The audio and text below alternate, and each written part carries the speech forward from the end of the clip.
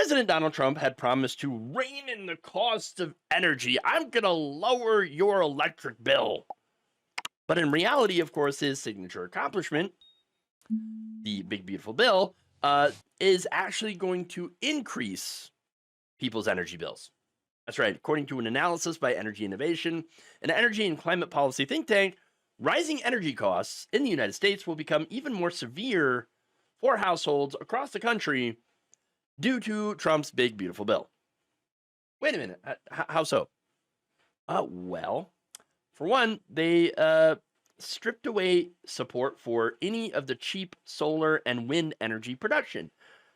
In fact, doing that will cause electricity rates paid by families and businesses to rise as much as 18% by 2035.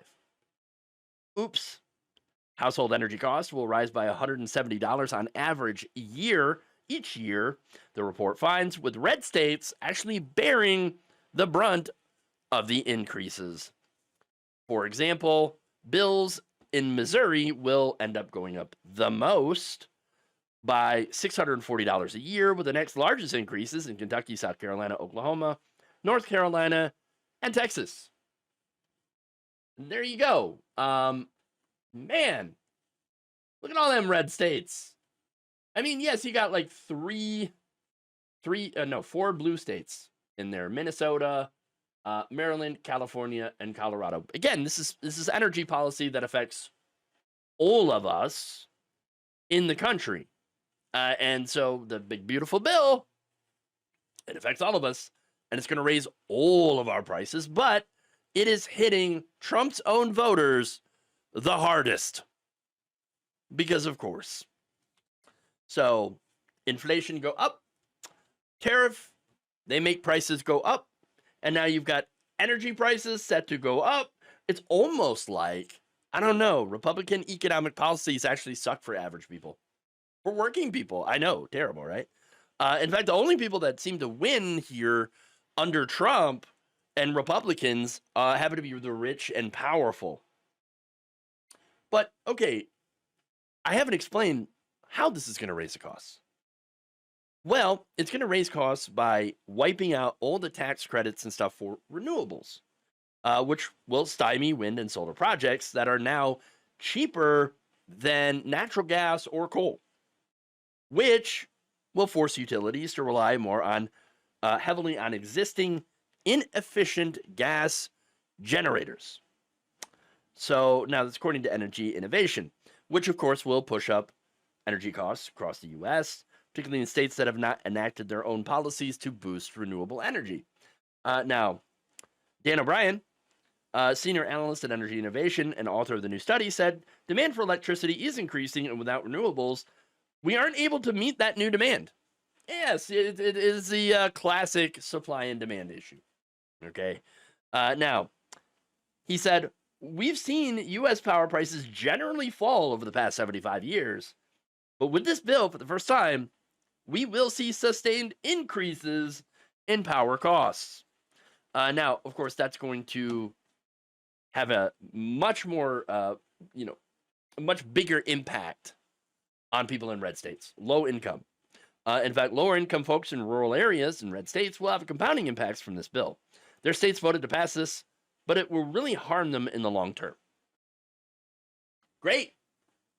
So, MAGA voters, you voted for energy dominance, and now we are all going to be dominated by fossil fuels. Good job. Great. And look, electricity prices for American households have already increased above the rate of inflation since 2022, driven by what? AI. Yes, that's right. Data centers for artificial intelligence, which are sucking up all the power. They're sucking up a lot of the water. And, that means there's less for the rest of us. For actual living human beings, there's less power and less water. And it's going to be more expensive. Great. Awesome. Currently, around 34 million households reported that they are energy insecure, meaning that they have difficulty being able to pay their energy bills. This was back in 2020. Now it is going to get worse, much worse. In fact, according to Michelle Graff, an energy policy expert at the Georgia Institute of Technology, a lot of people are struggling, and it's a hardship that's often not highlighted. Lower income people, as well as those who are Black, Hispanic, elderly, have young children, or live in poorly constructed and badly insulated homes, are most at risk of this sort of energy insecurity.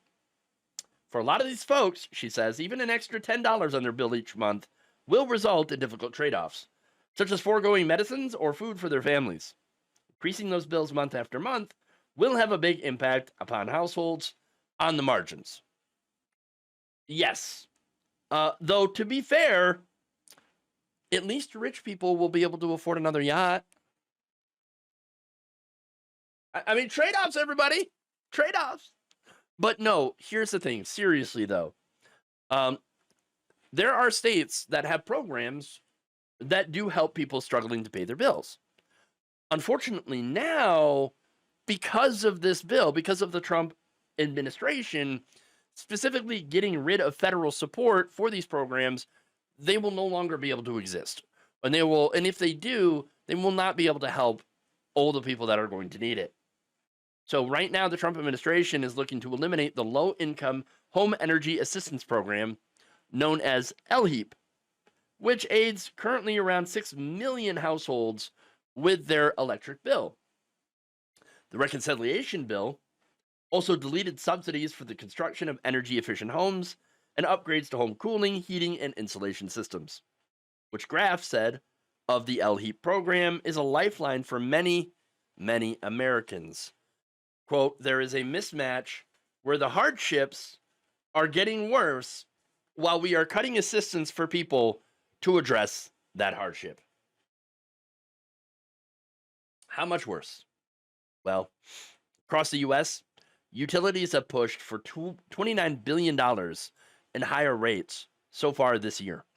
That's a 142% increase than the same period in 2024. That is a disaster. So it is much, much more expensive. But I think it's by design. Why do I say that? Because the right wing wants people to suffer. They really, really do. They want people to be poor, desperate, uneducated, and just healthy enough to work for lower and lower wages. This is how you enslave a population without actually calling it slavery. And if people die, well, that's okay, for them.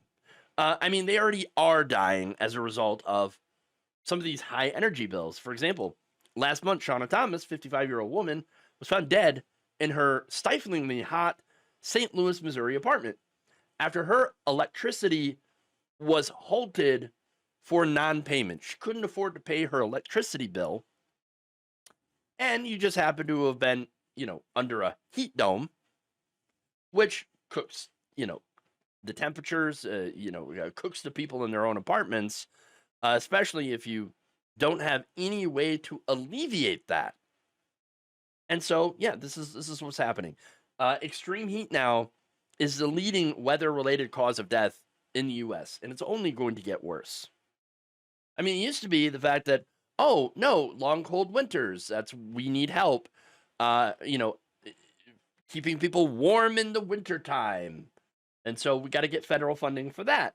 Well, no longer. It's now heat-related that is the problem. Okay, it used to be the lack of heat. Now it's the overabundance of heat, thanks to climate change. And yet, this administration is not only doing policy to accelerate the rate of climate change, they're also doing it in a way that is going to cost us more money. So it's a double whammy. Because of course it is. And it's all so that these politicians and their lobbyists can pad the pockets of their donors. Thank you for watching. If you enjoyed this video, please like, share, subscribe, hit the bell icon in order to get notified whenever a new video is released. And if you want to support independent, progressive media through this difficult time where it seems like everybody is shutting down, you can become a member on our YouTube page, you become a subscriber on Facebook, or you can go to my Patreon. It's patreon.com/Jeff Waldorf. Thank you.